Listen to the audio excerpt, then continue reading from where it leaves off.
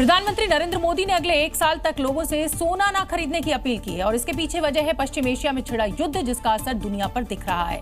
और ऐसे में भारत पर उसका असर होने से पहले ही प्रधानमंत्री ने लोगों से सतर्कता बरतने की अपील करी है, ताकि जो संकट अपने पैर पसार रहा है वो भारत को छू ना सके।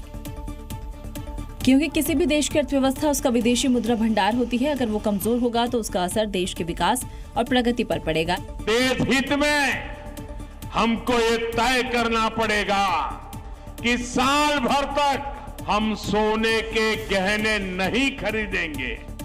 इस अपील के पीछे वजह है सोने का आयात, क्योंकि भारत दुनिया का दूसरे नंबर का गोल्ड इंपोर्टर है। भारत हर साल करीब 750 टन सोना आयात करता है। साल 2025 और 26 में 721 टन, 2024 और 25 में लगभग 757 टन और 2023 और 24 में करीब 744 टन सोना इंपोर्ट हुआ। इसके लिए विदेशी मुद्रा खर्च करना पड़ता है, यानी जितना ज्यादा आयात उतना ज्यादा डॉलर खर्च। इसका सीधा असर देश की इकोनॉमी पर पड़ता है।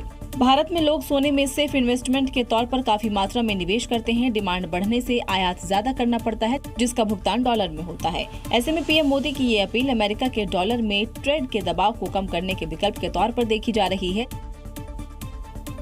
ऐसा नहीं है कि भारत सोने के लिए सिर्फ विदेशों पर निर्भर है। भारत में भी सोने के उत्पादन में लगातार इजाफा हो रहा है, लेकिन डिमांड पूरी करने के लिए आयात करना ही पड़ता है। सरकारी आंकड़ों के मुताबिक साल 2020-21 में भारत में सोने का उत्पादन 1127 किलोग्राम हुआ था, जो अगले साल 2021-22 में बढ़कर 1407 किलोग्राम पहुंचा।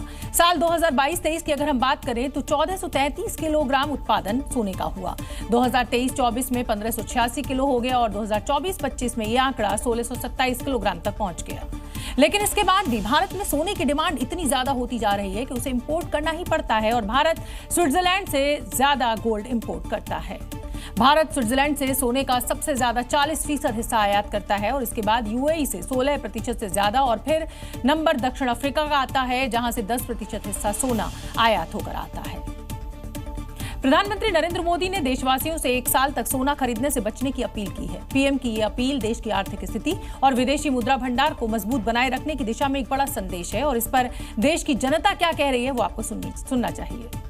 पर प्रधानमंत्री जी ने बोला है तो हम ध्यान रखेंगे।